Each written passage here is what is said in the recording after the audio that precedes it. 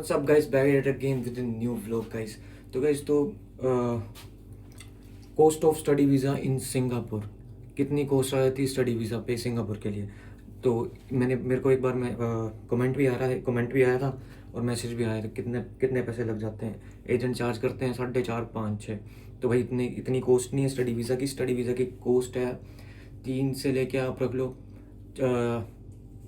3 3.5 3.70 इतनी कॉस्ट आ जाती है मैक्सिमम।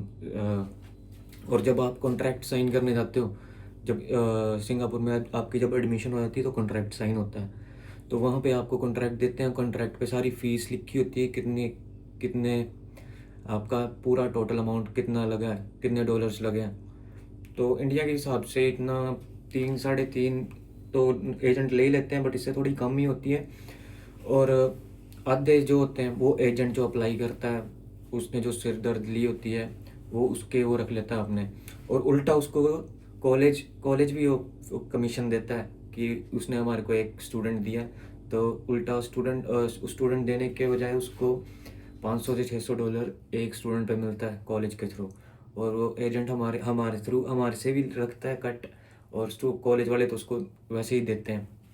तो इतनी कॉस्ट है भाई सिंगापुर स्टडी वीज़ा की। और बंदा पूछ रहा था कॉलेज के बारे में, तो कौन सा कॉलेज बेटर है। एक अमेरिकन है, किंगस्टन है, स्टैनफोर्ड है, बर्मिंघम है, और भी ऐसे ऐसे कॉलेजेस।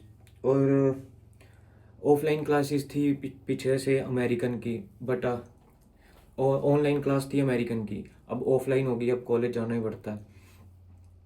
और सिंगापुर जब आप आ रहे हो तो आपको काम के लिए कॉलेज की टाइमिंग चाहिए सुबह की 8 से लेके मैक्सिमम 8 से 11, इतने इतने की सुबह सुबह की टाइमिंग। बोलने का मतलब कि जैसे आफ्टरनून टाइमिंग होगी तो फिर काम के लिए दिक्कत हो जाएगी, काम नहीं मिलेगा।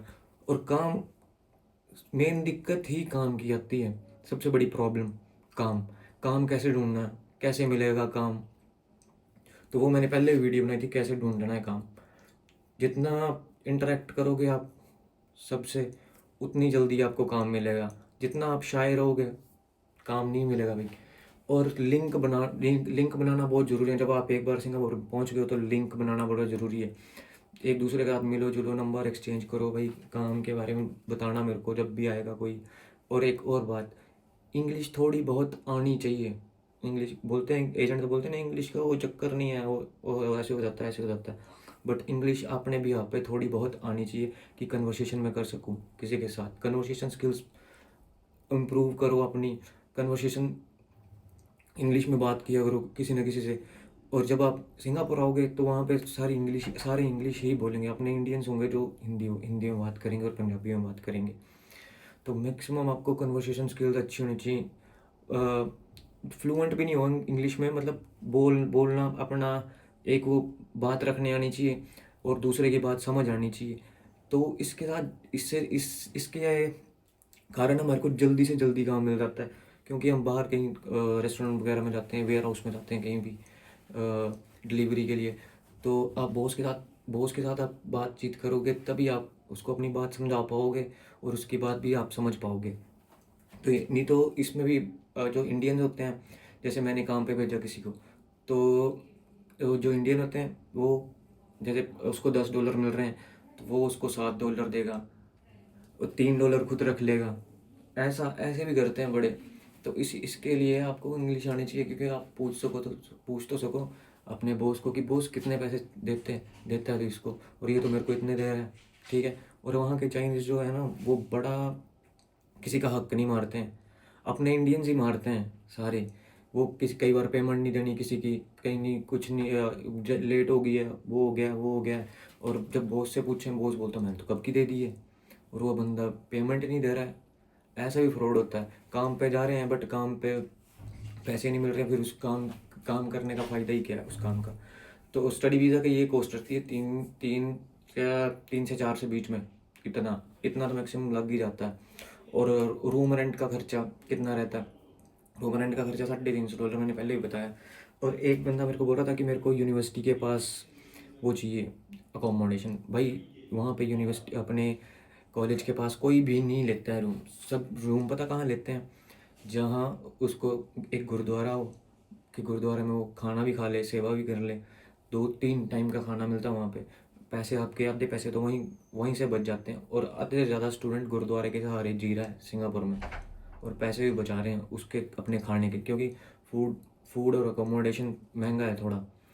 और परोंठे आ जाते हैं $2 के, बेटा $2 के परोंठे आ जाते हैं, और $7-8 की वो बिरयानी वो आ जाती है, $1 की रेड बुल आती है, और 7-11 में शायद $3 की है। तो ये है, वर्क परमिट आपका बैठेगा 5-6 हज़ार डॉलर में, इंडिया के हिसाब से बैठ के 5-6 लाख रुपए। तो आपके पास 3 या 4 लाख बजट है तो आप स्टडी वीज़ा अप्लाई करो, और आपके पास 5 से 6 लाख है तो आप ओबियस वर्क परमिट के लिए ही अप्लाई करो। और टीपी पास वगैरह ये कुछ 3-4 महीने के हैं, ठीक है। 3-4 महीने में आप जो भी कमाओगे वह जो आपने लगाया होगा वो कमा के वापस आ जाओगे, वही होगा। उसमें लॉन्ग स्टे नहीं होगी आपकी। लॉन्ग स्टे रहना है तो आपके पास वर्क परमिट होना चाहिए, या तो एक स्टडी वीज़ा। मैक्सिमम बंदे स्टडी वीज़ा पे ही जाते हैं वैसे तो, बताया जाए तो, देखा जाए तो। और वर्क परमिट में अप्लाई करना है तो बेटर रहेगा आपके लिए, 2 साल की स्टे मिल जाएगी वहाँ पे। और और बॉस के साथ अच्छी बन गई, बातचीत अच्छी होती हो तो आपके लिए वो भी बेस्ट रहेगा। फिर बॉस आपके लिए ई पास या एस पास अप्लाई कर सकता है, वो बेनिफिट है परमिट वर्क परमिट के। और मैं बोलता हूँ कि जितना हो सके बॉस के साथ बना के रखो। और चाइनीज़ बॉस ऐसे होते हैं ना, मतलब आपका हक नहीं खाएंगे भाई, आपकी जितनी पेमेंट बताइए उतनी पेमेंट ही मिलेगी आपको, ना $1 नीचे ना $1 ऊपर।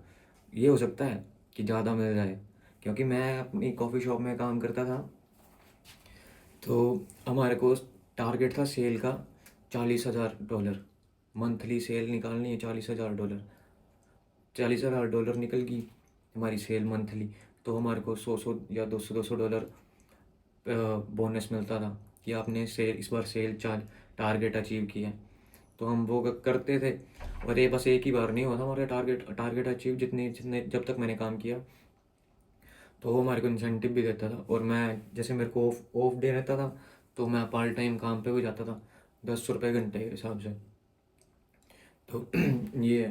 तो बाकी जो पूछना होगा मेरे को कमेंट करके बता देना यार। मैं इंस्टाग्राम पे रिप्लाई नहीं कर पाता हूँ, क्योंकि मैं मैक्सिमम तो मैं करता ही हूँ, बट मैं भी काम पे बिजी होता हूँ। 12 घंटे की शिफ्ट करता हूँ, फिर भाई 12 घंटे शिफ्ट करके बंदा टूट जाता है, पूरी पीठ पाट टूट जाती है। तो मैं बहुत रेयर, मतलब कि जितना हो सके मैं उतना रिप्लाई देता हूँ सबके। और मेरे को एक बार कमेंट करके बता देना कि कहाँ कौन सा आगे अगली वीडियो किस टॉपिक पे बनाऊँ मैं। तो बाय बाय, सी यू। और वीडियो अच्छी लगे तो लाइक शेयर एंड सब्सक्राइब कर देना। Bye bye guys.